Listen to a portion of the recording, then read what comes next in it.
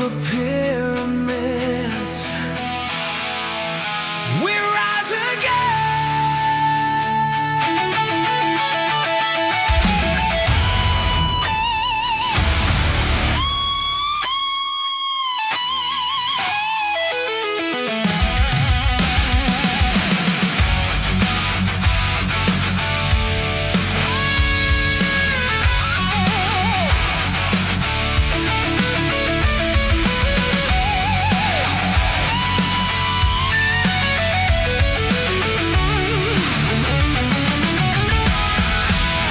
We met on docks when the world was asleep.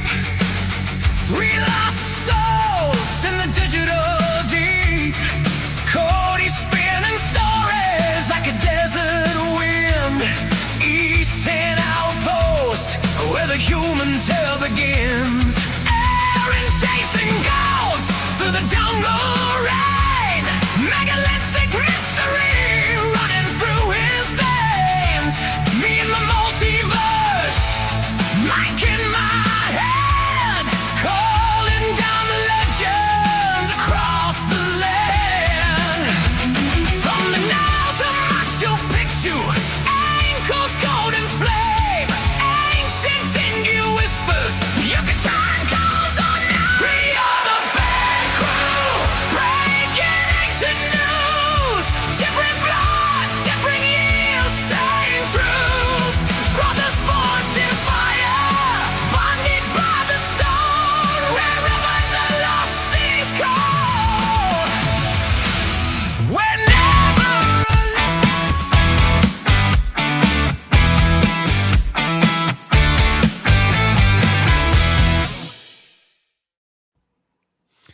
Welcome, everybody. Today is Sunday, July 26th, and we are here for another exciting episode of Breaking Ancient News. We've got some amazing topics today, and I'm joined by my wonderful co-hosts, Cody over at East 10 Outpost. Cody, what's been going on with you this wonderful weekend?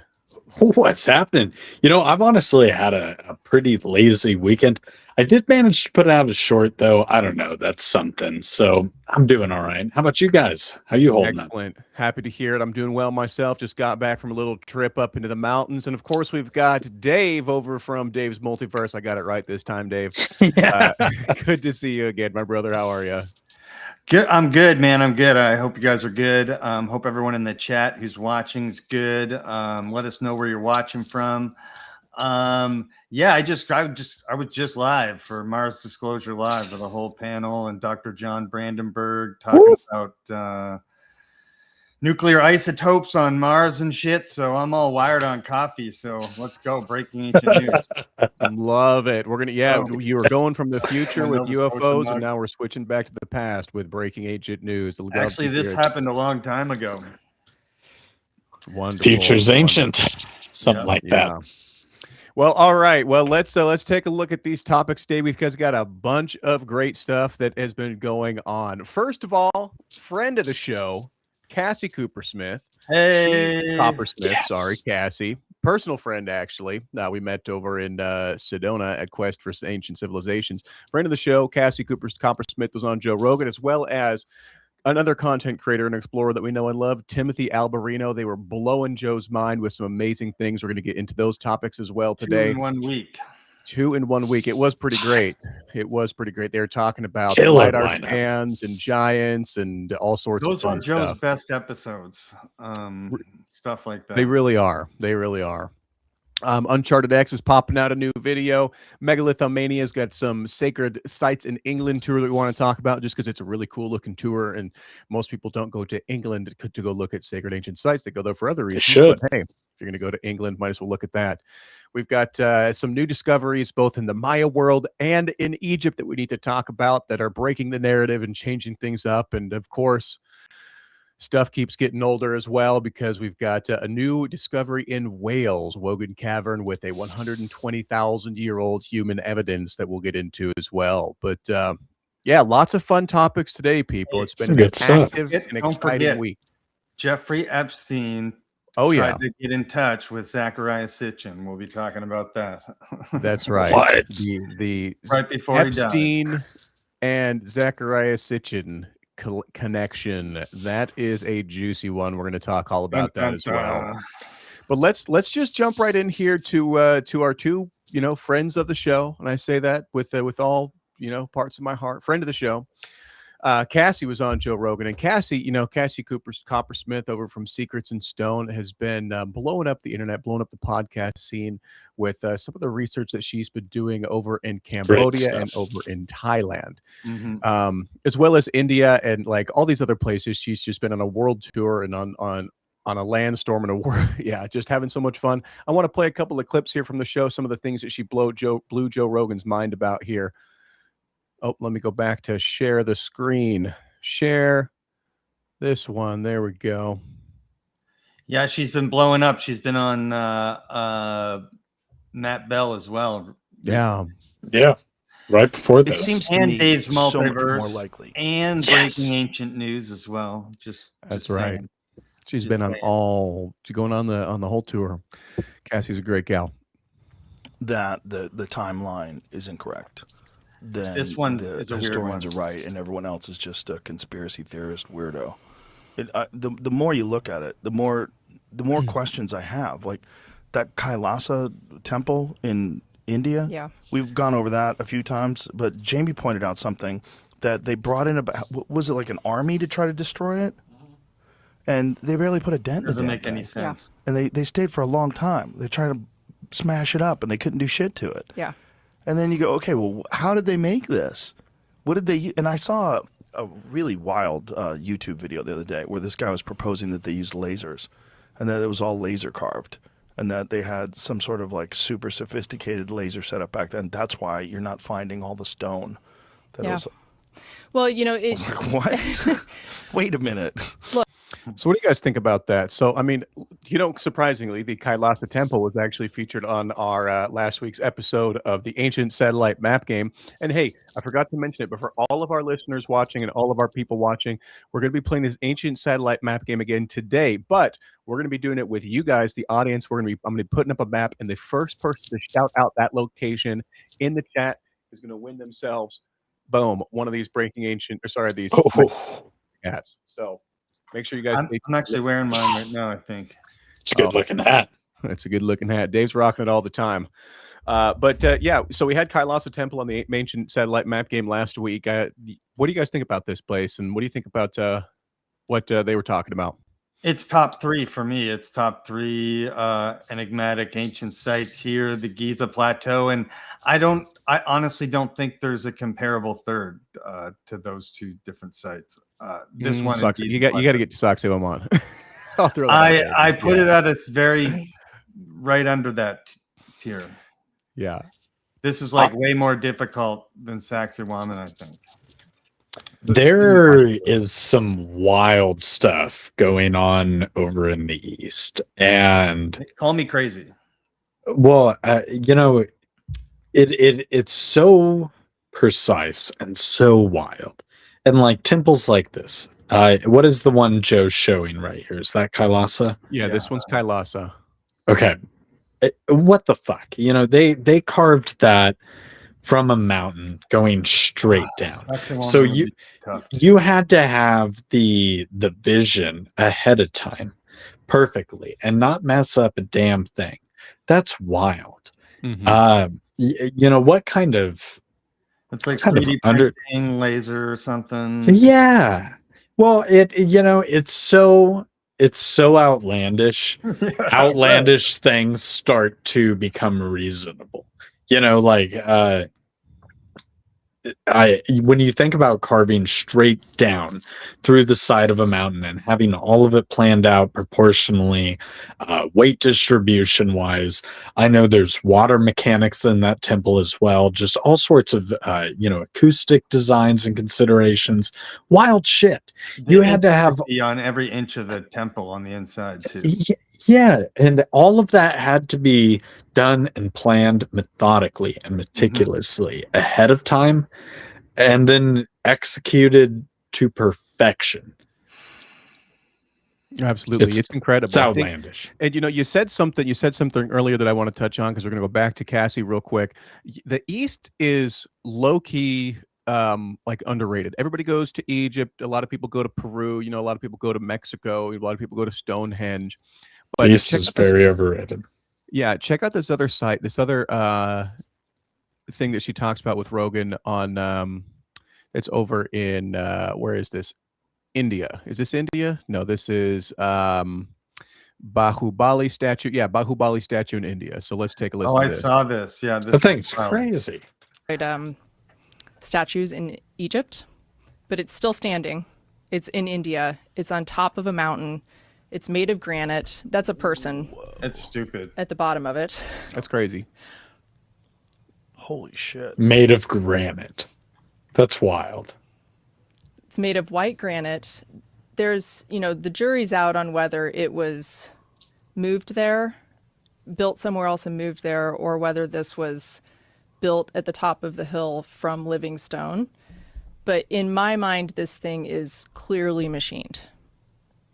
It's absolutely perfect. Those ears are 5.5 feet long.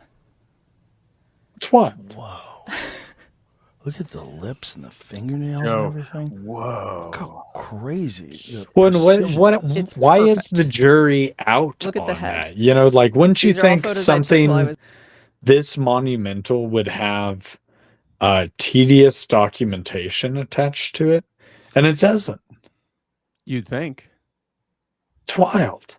Or at least like some evidence of quarrying or tools, or because you think, okay, most likely they had, if you attribute it to the civilization that was living in India, they probably had iron. They have lots of meteorite iron over Right. there. They didn't really have steel.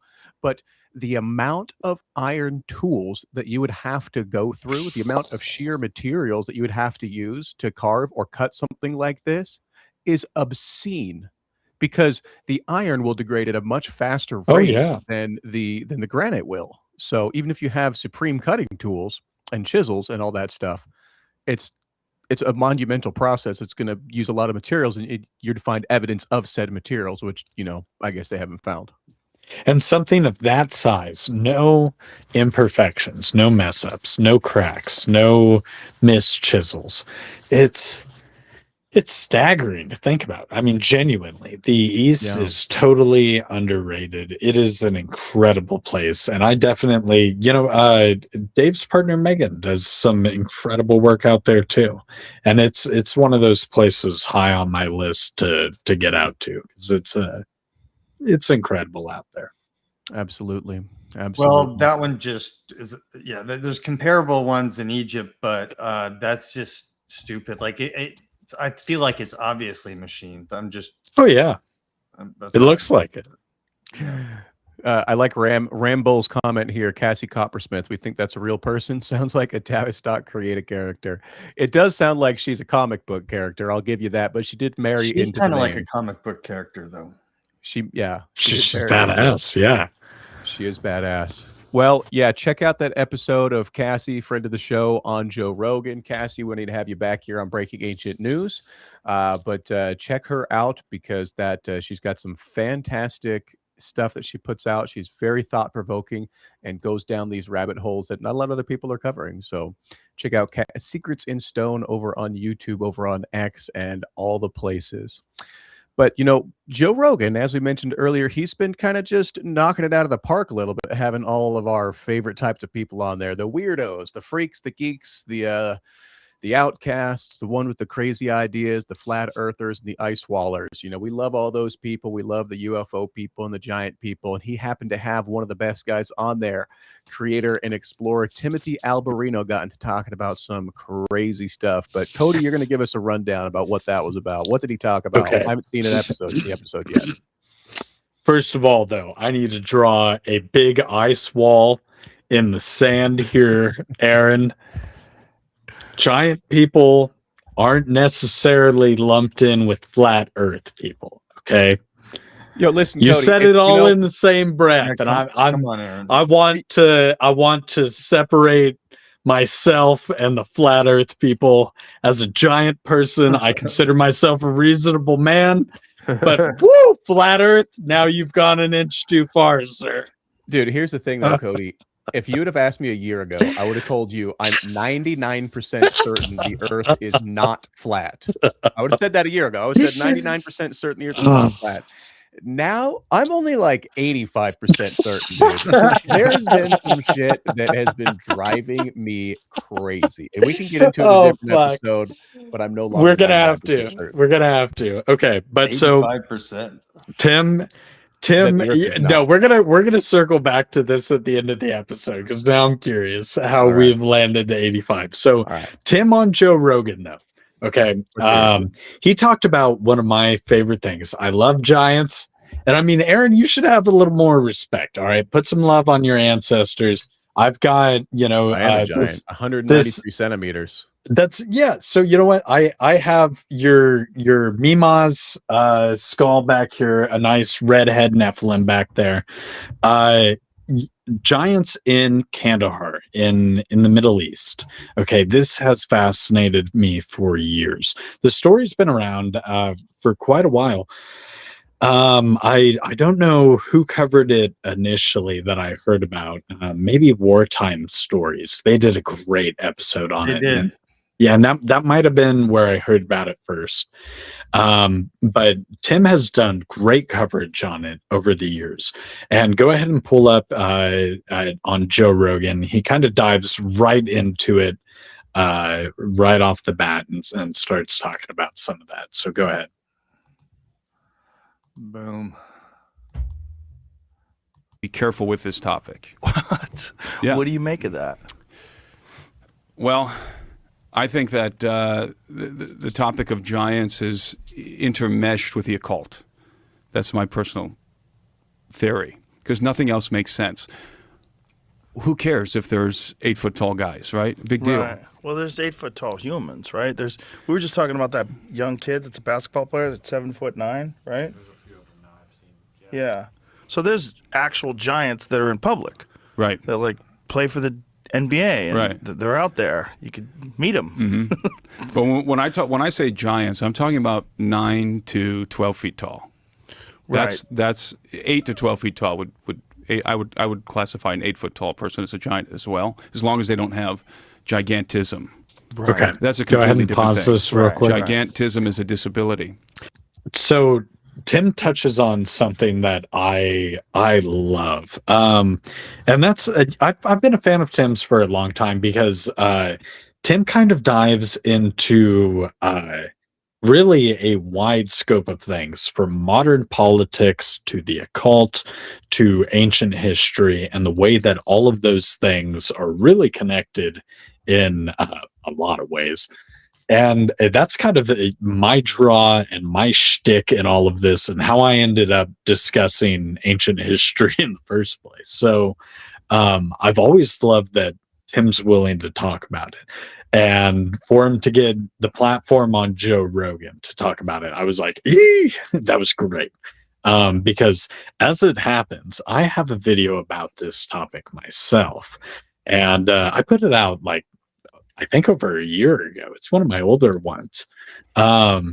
And I dive into the legend of the Kandahar Giants, into Hillary Clinton pulling a Freedom of Information request, allegedly, about Nephilim, and about Gilgamesh's tomb being found. There's 2 different videos of his tomb being opened that show 2 different Gilgameshes. Which one's real? Is either real? I don't know. I've got the footage of both in my video. Check it out. You decide. Go ahead, and if you can play that, just the intro of my video, let's get a little sampling in there. I'm coming around to giants. I'm going to be honest. I'm all in on giants. We can talk about this. If you I want wasn't for a all minute. in, but I'm not all in, but I'm coming around. All right, ready? Let's go. 70s, my entire life, there has been Nice beard. conflict in the Near and Middle East that America has been heavily involved in. But why? Well, officially, we've always been told it's for democracy, but unofficially, we know it's probably just for the oil. But what if I told you there's something far more valuable than any black gold buried under those sands, and that it's exactly what's keeping our American politicians so heavily invested in the region? Well, that's exactly what we're going to take a look at today in Gilgamesh, Nephilim, and the government cover-up. The Epic of All right. Gilgamesh is a So- literary masterpiece, widely considered Go to ahead be and the you first can iteration pause of it. the hero's journey. In this video, I kind of dive into a lot of what Tim was talking about on that Rogan episode. So I was very happy for him to bring it up and be able to pitch an old video of mine back out and hopefully get a little wind, a little love, because it's a fascinating story. And if we can indulge for a couple minutes, the whole giant narrative, it's got roots that date back about 8,000 years and continues in a direct continuation from Mesopotamian mythology into modern biblical mythology that survives to this very day. You can go to any church and pick up the Bible and find references still to these very same creatures that we were writing about 8,000 years ago. And that's wild. That's incredible that something would have such a large footprint, pun intended, on our society and our zeitgeist. And I think the only way that could happen is if there was a real cultural memory of these creatures. And we are an old species. We know by the day how much older of a species we actually are. You know, we can easily say now, easily 1,000,000 years comfortably. So in that time, if we only have writing dating back to 8,000 years, and there were supposedly giants walking around still with humans 8,000 years ago, what could have been happening in that time dating back to 1,000,000 years when flora and fauna, we know of all kinds, centipedes were fucking 20 feet long, snakes were 100 feet long with titanoboas, like, dude, everything was huge during periods of more oxygenation on our planet. Why would there not have been giant humanoids, right? Is it ridiculous? Is it strange? I think it's very scientific, actually. What do you guys think? Well, We know I'm there's coming lots of- around Go to ahead, it. Dave. No, yeah, I'm just saying, I'm just coming around to it. I talked to this dude, Jim Vieira, the other day, author of this book. Episode coming out soon, Footprints of the Gods, Extra Digits, The Mark of the Giants. But this dude's been on like a bunch of shows and stuff, like Ancient Aliens and whatnot. He's written a few different books. And between him and Greg Little, and you know, the mound builders believing in giants and giant evidence that's been covered up. They were by giants, Smithsonian. probably.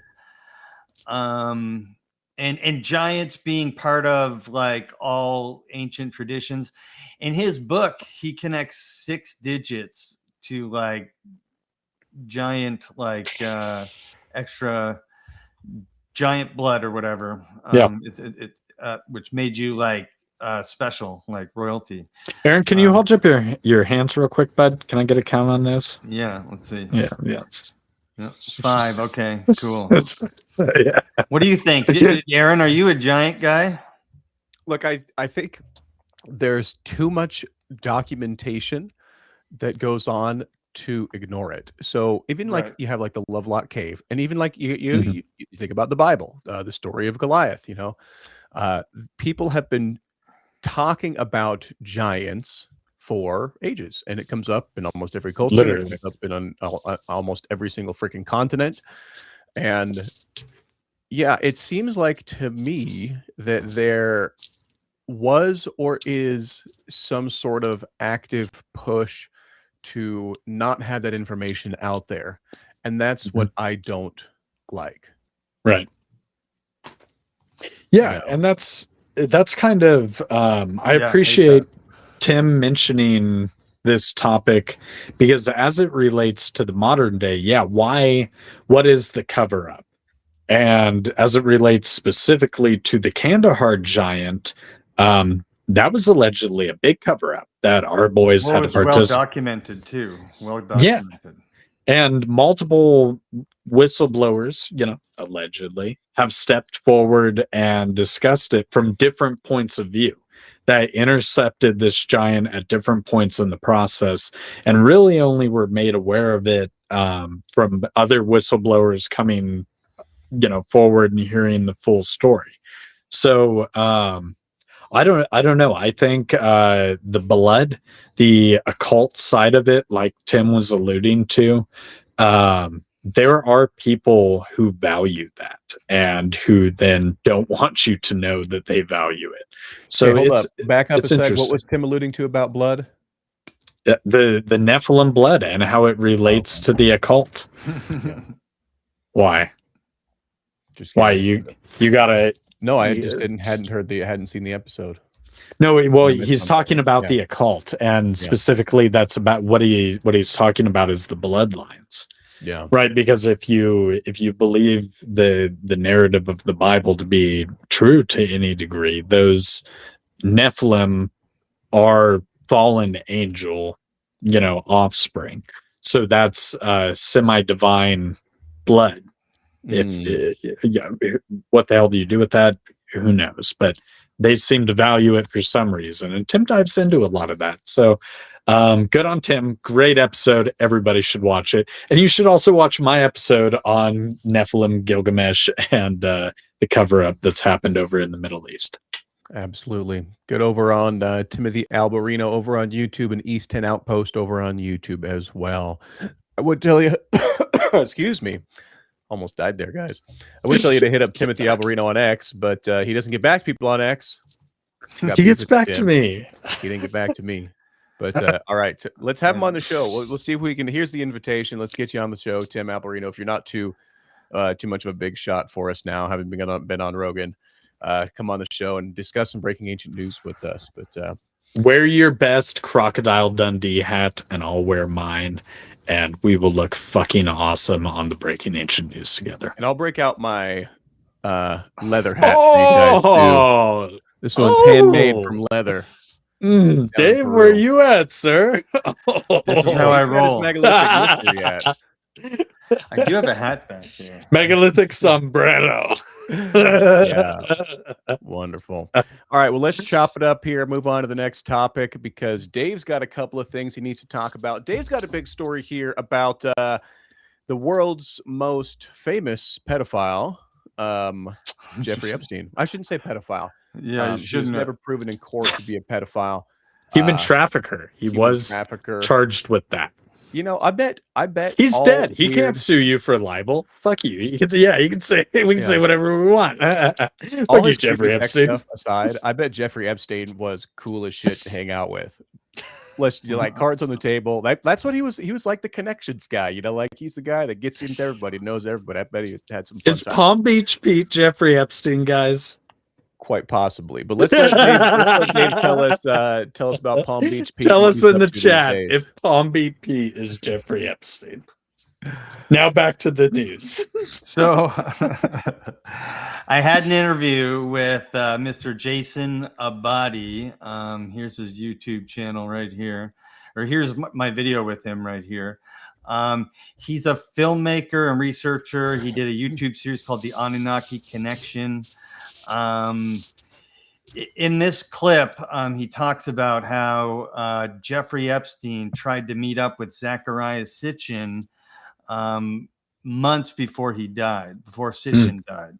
Here we go. Then I just went on the Epstein website and I was like, has anybody even bothered to check to see if there's any connection here? And I just typed in Sitchin in the search box, and only two results that pop up are those two emails of him trying to set up a meeting with JE in May of 2010. Now Sitchin died in October of that same year, so I've just started the research process to go down this hole for this video. The thing that draws me the most to it is particularly Christian Gnosticism, is the fact that a lot of it was hidden, and there was such a concerted effort to stamp it out, because it's one of the things I said in one of the earlier videos I did on it, you don't burn libraries and kill people over ideas that don't matter. Mm-hmm. You know what I mean? And he did a bunch of research and pointed out that Jeffrey Epstein was collecting these ancient petroglyphs from the American Southwest and from other places, And Collecting them how? Like literally taking the stone? like however these rich people go about like procuring stuff through their channels. So I looked into it. Well, I had Grok do it.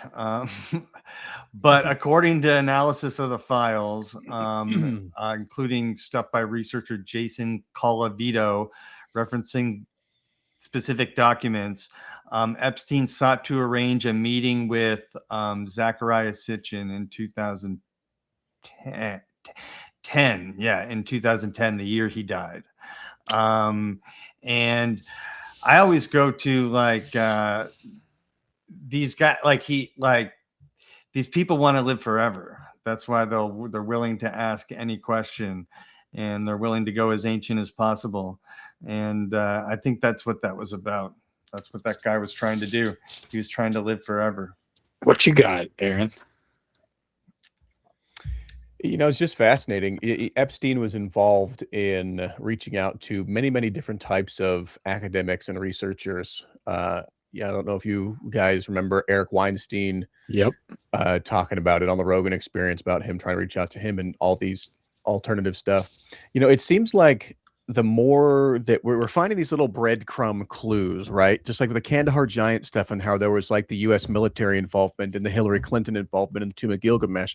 And I think that, as I recall, I don't remember off the top of my head, we need a producer, by the way, that can pull stuff up for us. If any of you guys want to be a producer for us, let us know. But because I can't remember off the top of my head, but I believe Jeffrey Epstein was involved in the Afghanistan stuff as well, or at least corresponding about it. So there's like some weird arm of this organizational involvement in some of these occult things. And it's not new to the U.S. government. I mean, you look at what was Hitler doing, chasing after all these things as well. So there's definitely in the same area, mind you. Same area and the same things. There's something tangible to it. There's something real about this occult stuff, even if it is just in the pursuit of gathering all the information possible. There's momentum and there's energy that's in that is different and that they are trying to get at specifically. Okay. Well, he was interested in all that stuff. He was interested in the quote fringe science and the cosmology and the ancient history and all that stuff. Here's my thing. I used to be so unwoo and laughed at every remotely woo thing. If you collected crystals on your windowsill, you were the butt of my jokes. Okay, like I was every type of woo thing I thought was hilarious.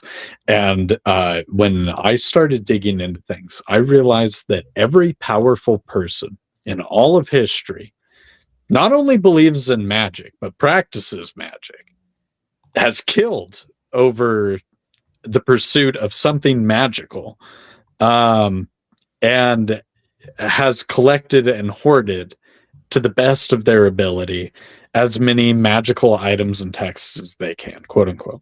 Okay, so, and then at the same time, these same people will tell you that all of this stuff is silly and fairy tales. And Hitler was literally like mowing down entire nations to collect holy relics. He wasn't trying to conquer just the physical plane. He was trying to conquer multiple planes. And that's the secret. They all are. And he was just more open about it than others. Or I guess more of his dirty laundry got aired because he didn't win. But the reality is Jeffrey Epstein was aware that some wild stuff was happening in Mesopotamia back in that time. Hillary Clinton, the Podestas, all those people have spent a lot of money and a lot of time being heavily interested in the Middle East, and I don't think it is just for the oil.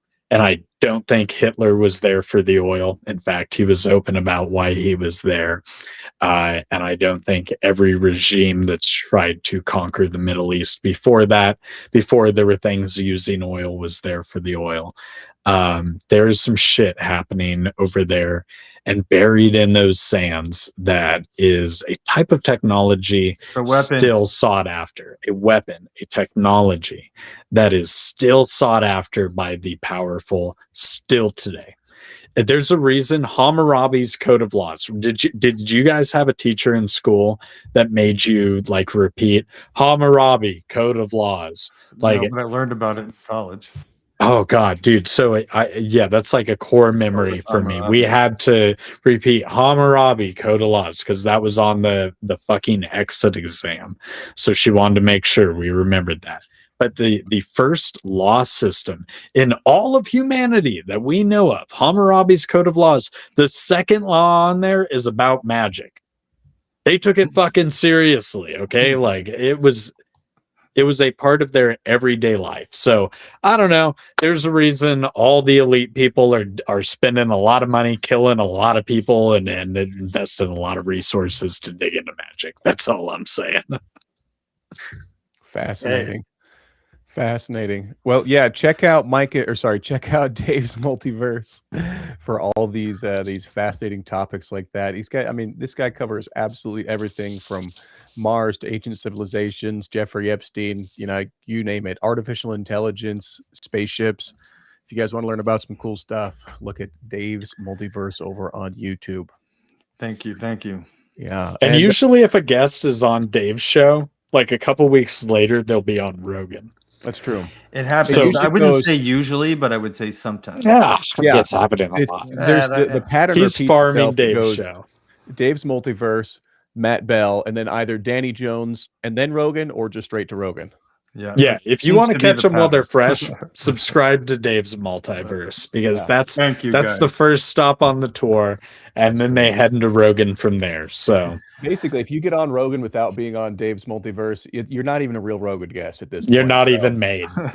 Well, we do got some good ones coming up. I hope you guys enjoy. I'm really looking forward to what we got lined up here for the next couple of weeks. So coming out every Friday, sometimes on Tuesday if we can get them out.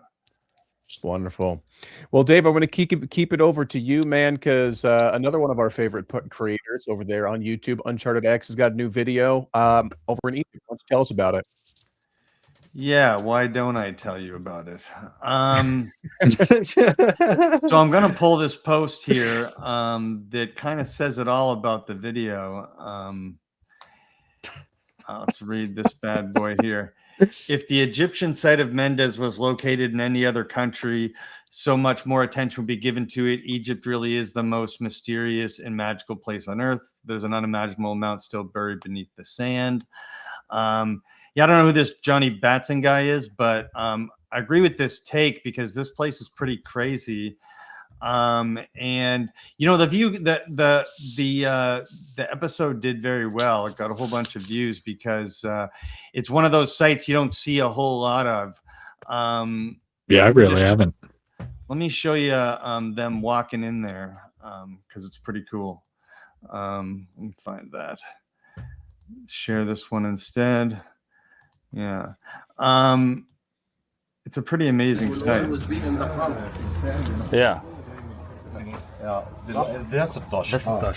This is known as the 16th Nome. The 16th known the capital, right? Yeah, Mendes, huh? Yeah, This is the Mendes. Mendes. In the ancient time, it was called also Anit. This one looks amazing. This does, huh? Yeah. And it's a rare type of granite too. Oh, that is super nice. Super nice. And even with the pleating here, you can like the polishing. So this is an hour and some change video. I'm going to switch to this tab and open it up here. But I would say that what's cool about this is they're showing a rarely seen ancient Egyptian site that's now getting new attention, which cool. I like because, we always see the same old shit over and over again, especially when it comes to Egypt. So I just wanted to shout out Ben Van Kerkwick of Uncharted X, who gained special access to Mendes, also known as Tel El Ruba in Egypt's Nile Delta. The site was once considered a major capital, home to massive granite shrine and thousands of years of history, yet it sits far from the usual tourist trail. So let's just check out when they walk up to this Mendez thing here.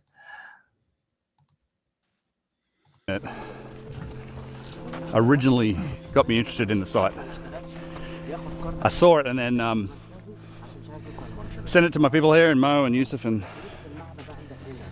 they had to try and figure out how we could get out here, and they definitely said no a bunch of times, but whatever, worked their magic and eventually became a permission. So, well, we got permission to come out here, not with a big group, just a few of us, but this thing's cool.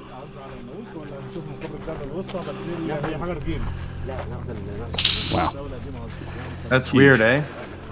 It's so weird they don't just let people out there. Who the fuck cares? It looks a lot like a bigger version of the box at Elephantine Island, with it has that pyramidian almost shape on the top. I feel like it would be a place to like set a statue or something. I thought Probably it was a some good sort of statue or art, an I'm sure that's what it was obelisk. used for. Yeah, I thought it was a good shot of them walking in Yeah. and seeing the site. That is cool, There's other man. stuff the around plinth there that's as on. well. Holy crap. Like And a hell of a is that? statue. Well, dang. Yeah. So yeah, pretty amazing site that I hadn't seen before. Aaron, had you seen that before? No, I don't think I had that. It's quite incredible. And I like that it was just out in the middle of nowhere with nothing else around it. Yeah. That was kind of neat. Just a few distant modern buildings. But yeah, it's fascinating. Like there's so much that we're able to explore and go see that people haven't been to. It's just so neat. Well, how wild, that's one you can't just go see. He had to obtain special permissions and basically beg for it multiple times to get allowed to. Like, why? It's just what's left of an obelisk or a statue base. It might be on some dude's property or something. No, Maybe.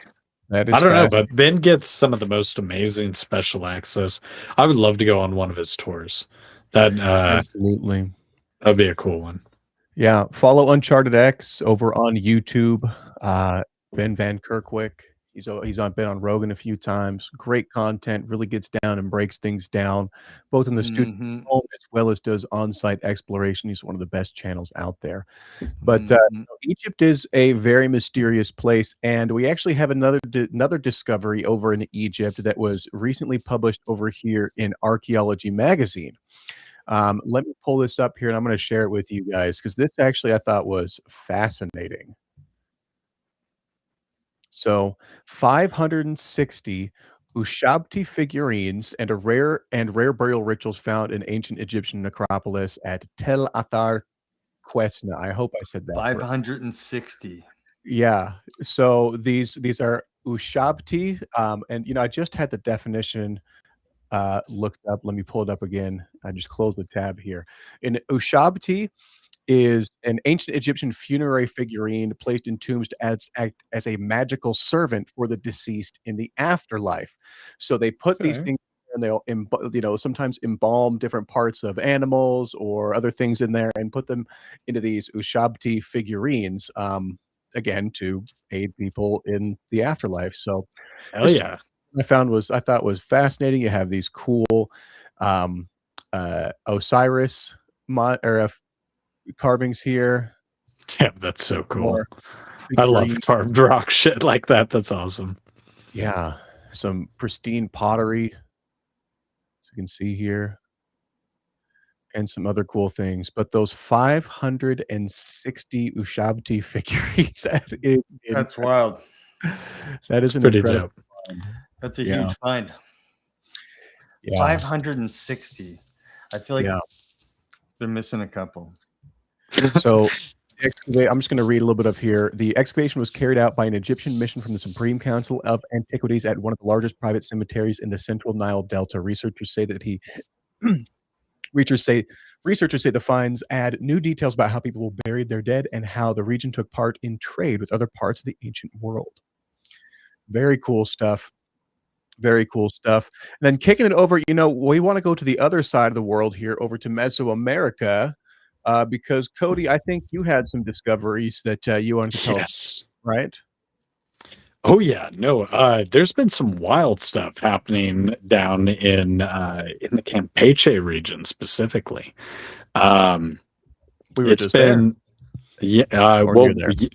we were a little north of there. We were in the Yucatan, and if you want to pull up the first story, man, it wasn't like 2 months ago that they found a whole city via lidar in the Campeche jungle, and now another city has just been mapped. They're calling this one El Yasil, and it's an incredible.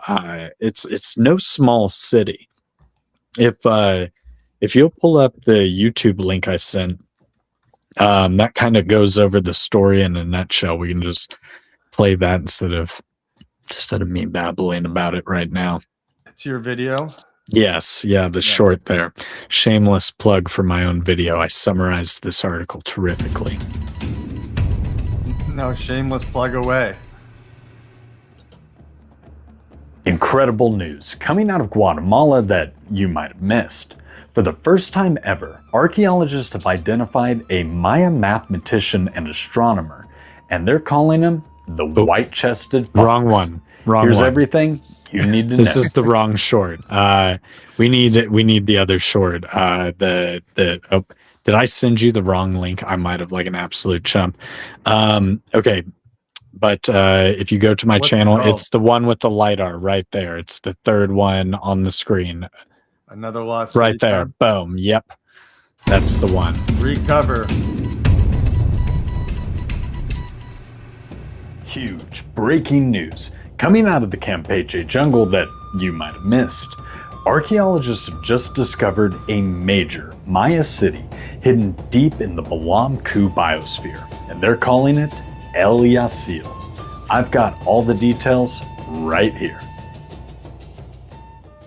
First spotted with airborne LiDAR, the first detailed ground study, led by Professor Ivan Spryjak with INAH approval, shows this was one of the largest known Maya cities in the central lowlands. At its heart of El Yasil is the Great Acropolis, a 150-meter square platform rising 15 meters high, topped with 4 pyramids, the tallest of which is 27 meters high. Founded around 600 BC to around 200 AD, and peaking in the late Classic, the site includes plazas, terraces, possible defensive hilltop complexes, and nested structures resembling Calakmul's marketplace. A damaged stele even shows a ruler with the headdress of the storm god Yapat. You know, Okay. we You filled can in pause quite it a there. few dots on the Maya Heartland map. I was enjoying that. Thank you. There's been a lot of banging news coming out of there recently. But if you'll notice, the picture that I showed in there, that's a picture of the site of that pile of rocks. The LiDAR, you can see what an incredible expansive site it is and what it looks like under the dirt and under the fallen down rocks. But when you see it, when you're walking around and you're on the surface, this is what it looks like, everybody. A fucking pile of rocks. And I know that's disappointing to some people, but that's what a site looks like after 1,000 years in the jungle of nobody giving a shit about it, remembering that it's there, maintaining it, fighting back tree roots. Spoiler alert, despite what some ex-archaeologists will tell you, tree roots do not preserve sites. They fuck them up. They make them look like this, like a pile of rocks. They are not helping the sites. They are not preserving them. That's false. That's pseudo archaeology is what that is. But this is how sites are found, and this is the exact state in which Aaron and I found a site in the Yucatan jungle, and I'm very proud of it. I was quite surprised that some people were like, "I don't see what you're seeing. This looks like rocks," and I'm like, yes, it does. They built There's things rocks out of rocks. Yeah, there's rocks where there shouldn't be rocks is the point. And there's This is what they look like after 1,000 years. But LiDAR is such an amazing tool, and Cassie did an amazing job pointing that out in the Joe Rogan episode, because it cuts through all of this and gets past just the pile of rocks that we can see on the surface to see what is preserved still underneath all of that. And it's usually some pretty wonderful stuff. So Very extensive. yeah, and I as a shameless Maya enthusiast, I'm so pumped that there's been so much juicy news coming out of the Maya lands lately. So I say keep it coming, and I will continue to participate in it as well. Screwdriver says, Scott, I believe he's talking about Walter's been saying Maya in Georgia for a decade. You talking about Georgia, USA? Because I've investigated this mystery a little bit before. Shout out here to Edward Schlumpberger, who's been active in our chat, popping off with a ton of questions and a ton of information. I've been reading through it too. So thanks for being active in our chat today, guys. Appreciate you guys. Yeah, I think the Maya were definitely active in, well, I wouldn't say that the Maya were active in the US. I would say that Maya influence was active in the US. And I would say do think that Georgia had Mayan sites. Yeah, and there's Toltec in the Southwest. In Georgia that are said to be Mayan, but it's hard to say. I have an entire video with Dr. Gregory Little coming out soon where we discuss that exactly. And I don't think the Mayans were in Georgia. I think that the mound builders were heavily influencing the Maya and vice versa. There's a curious thing that happens. Yeah, well, right around the time Maze shows up. Interesting stuff. So, yeah, that's this story out of the Campeche jungle. The Maya and the mound builders all originate from the same people. Guys, I've been working on this video that I've been telling you about for weeks now. It's almost done. It's going to be done this Yes. But they all come from the same place. It's all connected. It's all connected. I think you're probably right, man. Yeah. Probably. Yeah. Well, hey, we're wrapping down here, getting down to the last couple of topics. But while we've got a bunch of people here paying attention, how many people do we have in the watching here, Dave? Are you able to see that? 16 it says. I don't know how true that is. 16. All right. Well, listen, you 16 people, we're going to switch things up. And because we don't want to do this the last thing before we go to our last topics, we're going to play another episode or another game. We're going to play another game of the Ancient Satellite Map game.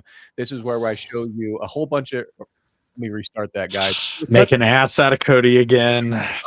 I'm going to cut this. We can make it to it short. So let me get this right.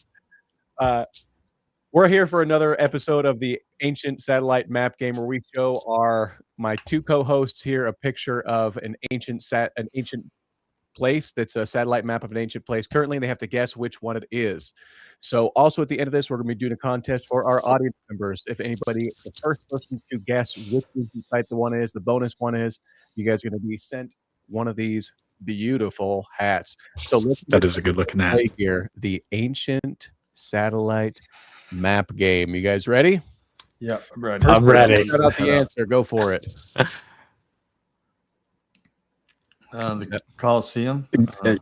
Boom, there we go. Yeah. The Coliseum. Number one coming in. The Coliseum. All right, here's number two. Oh, Jesus. Nazca. Nope, not Nazca. Close to Nazca, but not Nazca. Darren Kuyu. Nope, down in Chile. Help us out, chat.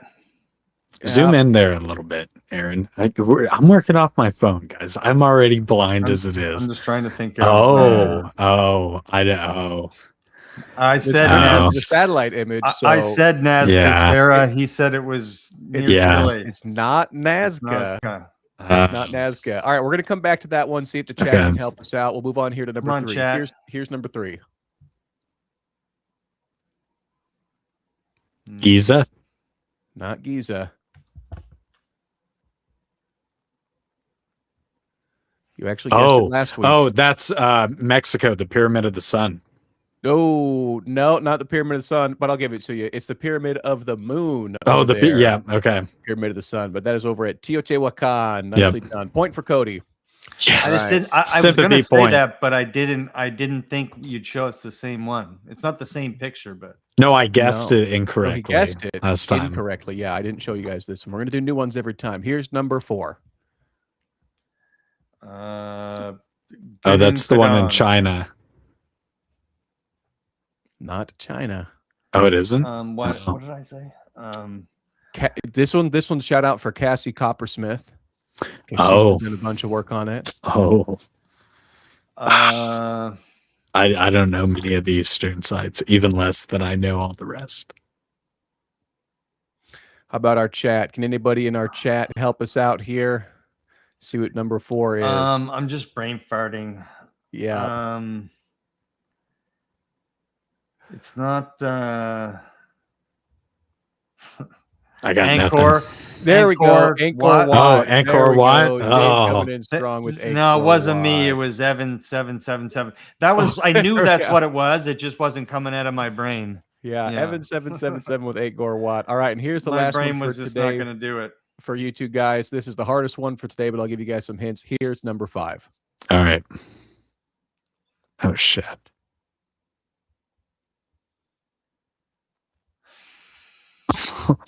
Is it like the earliest human settlement? Nope. This is on an island in the Mediterranean. Though this island is known for a different megalithic structure on it called the hypogeum. What are these? Oh, maybe I made this one tough for you guys Tracks? today. Yes, they are, but what kind of track specifically? Oh, the cart tracks. There we go. But where? Cart tracks of Crete. Not Crete. Don't look at Oh. the chat. I can't see it. Malta. So There Malta. we go. Craig I coming love- in with Malta. That is correct. Craig. These are the cart ruts in Malta. Okay. All That right. was Now a we're going hard on to one. the final bonus one. Oh, actually, let me go back here real quick. Did anybody shout out this one right here? This is the Atacama Giant. Oh, Not the Nazca Lines. It's the Atacama Giant. Atacama Giant. Correct. I would not All have right. guessed that. Now, moving on to the very last one here. This one's for the audience participation. So everybody in the chat, the first person to type in this location gets the prize here. There we go. So I And can't this is say- all you're getting. This is all the Oh. information you need, and I will give you a little bit of a hint. This is an ocean over here on the right side. It's not a lake. It's an ocean. I think I know what it is. Let's see. Oh, fucking smarty pants, Dave. Yeah, Shit. that one's a good I have no one. idea. Type it in the I can't private even see chat. that shit. I'm gonna stick my face right up in my phone. Am I right? Oh, Craig I- got it. Craig uh, with Nan Medal over. Aaron, check out the Nan private Madal. chat. The private chat. I had literally just put Oh, Nan you Madal got in it the as private well. chat. Nicely done. Craig, I think you've already gotten a hat, but now you're getting a second one. So we'll You can get wear you- it like Sherlock, Yeah. one up front, one in the back. Yeah, or if you can, if Slick. you want, you can gift it to somebody else, but it's your call. Just let us know after the show. But great job, guys. That was Nan Madal over in the middle of the Pacific Ocean, over in Micronesia.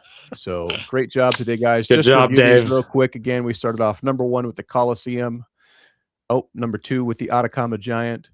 Number 3 with Teotihuacan. Number 4 with Angkor Wat. Number 5 with the Malta Shout cart out ruts. Craig was Yeah. on it. Craig was on it. All right. Well, let's I wrap got that down. non-medal though. You did get the Nan Madal. That was a good one. That one was pretty tough. I'm going to try to make these When the you said audience ocean, participation it ones gave it really away. tough. Yeah. Oh, crew. All right. Craig has not got one, so we'll get one for Craig there. There was Oh, a good yes. guess for Tulum, but sadly it was not Tulum. But Tulum is really close to the ocean too. It could have been that. All right, let's get on to these last couple of topics here. You know, one thing we teased a little bit earlier was some stuff going over on in England. Let's talk about England for a little bit. Dave, what do you got going on Tally-ho. in England? First, I wanted to shout out the Set in Stone Megalithic Conference, Saturday, August 8th, 2026 at 11 a.m. to 7 p.m. in Putnam County Veterans Memorial Park. They're doing a whole thing on the stone chambers of the Northeast. Gonna have Jim Vieira speaking. My friend Sarah, who I think is in the chat right now, she's the one who organized this. Check it out. I just wanted to say that that's coming up in very soon, in like 2 weeks. So, been trying to promote that. Also, just because we thought it was interesting, the Megalithomania, organized by Megalithomania, Praveen Mohan, JJ Ainsworth, and Hugh Newman are doing a tour right now. So there's going to be lots of content coming from that. I've just got a little quick clip about the tour here, but that's happening right now, sold out July 22nd to the 28th. Hey Megalithomaniacs, can I just take less than 1 minute of your time to tell you about something very special happening this summer in ancient England? And we're doing it with a very special guest coming all the way over from India, and this is the one and only Praveen Mohan. It takes place from the 22nd to the 28th of July 2026, and we're going to be going inside Stonehenge on a private access visit. We're going to be seeing the biggest stone circle in the world at Avebury. We're going to be going to the CERN giant hill figure in Dorset and Knowlton Henge, also in the area. Plus, we're going to be going to the mystical town of Glastonbury, climbing the Tor, visiting the Abbey, the sacred springs there. We're also going to be going up to Oxfordshire to see Wayland Smithy, Long Barrow, and Uffington White Horse Hill figure and Dragon Hill, and a whole lot more. And also, if you're into crop circles, we're going to get a chance to visit those as well. So join me with special guest Praveen Mohan and JJ Ainsworth on the Sacred Sites of England tour in July 2026. You don't want to miss this. This is a one-off. You can check out details at Megalithomania. So that's happening right now. That's awesome. And I thought it would be fun to hang out with Praveen Mohan and JJ and Hugh, maybe some other time. But there are always tours. Tours are becoming a new thing that you're seeing a lot more of that get sold out. Aaron does tours, just FYI. Where can people find those at, Aaron? They've been put on pause for the moment, but megalithicmystery.com is where you will find those. And I'll announce next time I'm doing a tour, I'm going to announce it out for you guys here as well. But people should still go to megalithicmystery.com. Absolutely. Absolutely. So, Aaron, have you ever been to like the ancient sites in Britain, in that area? In England? No, sadly, I've been limited here to North and South America just for the fact that I work remote. So when I do travel, I take a long time to go, and I don't really want to be working at like 3 a.m. So I haven't headed over there yet, but there's some fascinating stuff over there. It's just weird. It feels weirdly old while you're walking around there. Yeah. Would be cool to check out. I haven't either. Yeah. Oh, by the way, Craig, send me a message on X or on Insta. I'm going to get you your hat there, my dude. Yeah. But yeah, England's very fascinating. And, Hugh Newman does some of the best tours. I actually met Hugh Newman down there at Quest for Agent Sif. Again, friend of the show, Hugh Newman. I got a great picture with you, and he's wearing one of the breaking. He's actually wearing one of those megalithic mystery hats. Me and Hugh Newman there, so that's pretty cool. I'm going to see if I can pull up that picture here real quick. Bear with me for just 1 second. Him and JJ were great. I got to meet him at the first Quest conference and introduce both of them up on stage. They were so nice. We had dinner. They sat right next to us, actually, the first night at dinner. Yeah. Very nice people. Very nice people. I'll find the hat later there. But, speaking of England and kind of the UK, we got one last story here that I wanted to get to. Actually, no, sorry. Let me finish the plug here. Megalithomania on YouTube.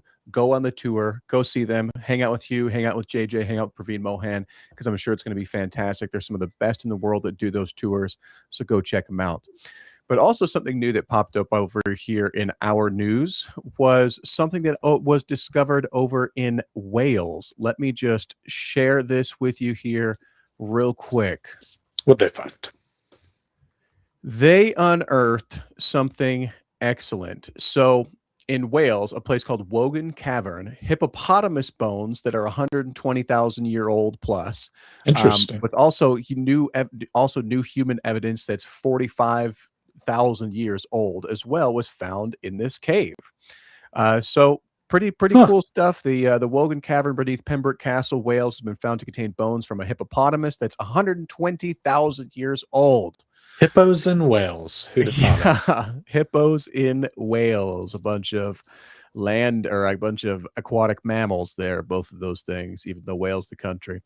But it's pretty interesting. They also found woolly rhinoceros bones, mammoth bones, evidence of early Homo sapiens, and possible Neanderthal activity.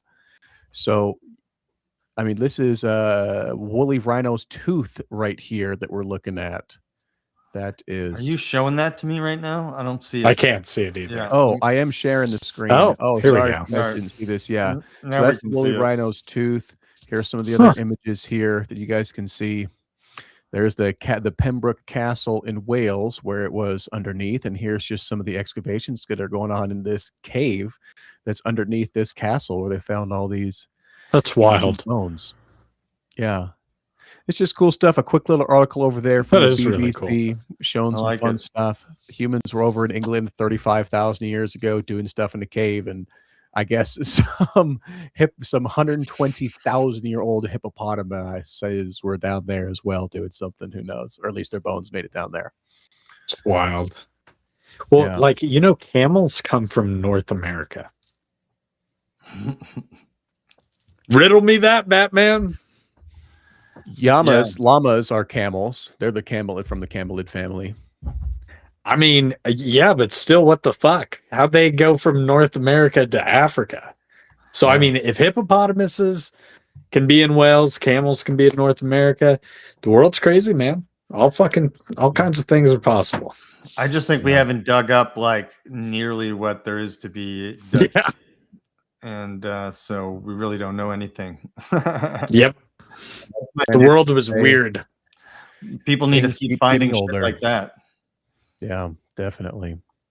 Well, listen, everybody, that is all the news we have for you fantastic people that have been joining us. Thank you so much for joining us today. If you guys have any Get a little suggestions outro on things music. that you want covered, send us a message on X, send us a message on Instagram, and YouTube. Hold on, it got choppy for a sec.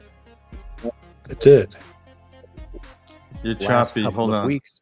Oh, I'm I'm chopped. trying to play outro music. Can you go? Is that a little bit better right there? Yeah. Now we can hear it. Okay. Nice and creamy Aaron voice back. There we go. Yeah, so if you have a topic that you want covered, just let us know. Send us a message on X, Instagram, or on YouTube. We try to cover things from the last 2 weeks, so if you can help us out and find articles that you think our audience would like, let us know and send it over Send to them us. our way. Yeah, thanks again so much for watching, everybody. Thanks for joining us. Again, my name's Aaron over at the Megalithic Mystery. You've been joined today by Dave over at Dave's Multiverse and Cody over at East 10 Outpost. Thanks for having us, guys, today. And have a great rest of your Sunday. Thank you so much, everyone.